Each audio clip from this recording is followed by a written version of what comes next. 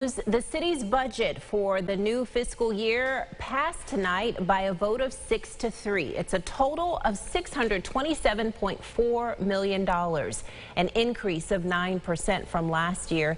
In addition to that spending plan, there were a number of social reforms, but also of note, the RCSD budget was voted down by the City Council. To help break this all down, Christian Garzone joins us live now from City Hall. Christian, it seems like it was quite a busy night out there. Teresa, it certainly was. With the mayor's budget, Lupien, Martin, and Smith were the no votes, again, on the mayor's city budget. They wanted more resources devoted to the community, something the mayor says will happen with this budget. But let's look at the complete night tonight. Certainly there's a lot to get to, not just with the mayor's budget, but all the other votes that took place with City Council. The mayor said in his budget there's a big focus on public safety, housing, small business assistance, and infrastructure. Again, this budget is over $627 million. Now, the Police Accountability Board will be getting half of their budget. The other half will be given in December pending a review. They want to keep an eye on this.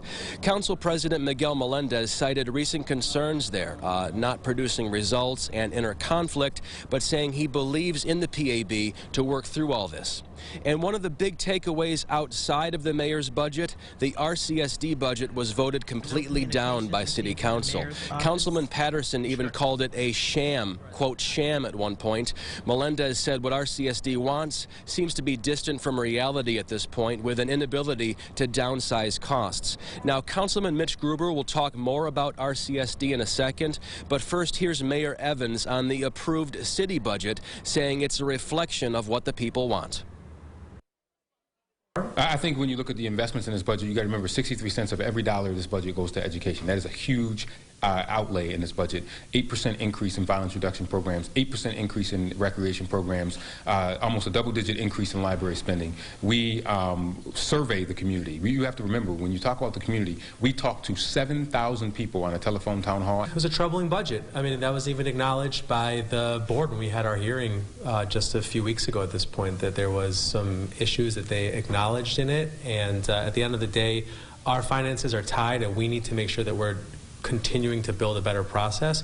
But when the finance chair of the RCSD board doesn't vote for the budget, it's probably a pretty good sign that it's got a lot of problems. Now, also voted on outside the budget, Juneteenth will now be a paid holiday, and Indigenous Peoples Day will now replace Columbus Day in October. Live in Rochester, Christian Garzone, News 8. Teresa, right back to you in the studio. All right, Christian, thank you. A lot of activity tonight. We did reach out to the Rochester School District for a reaction, and we are waiting to hear back from them on that. But for a full breakdown of the budget and other votes this evening, you can find this story at rochesterfirst.com.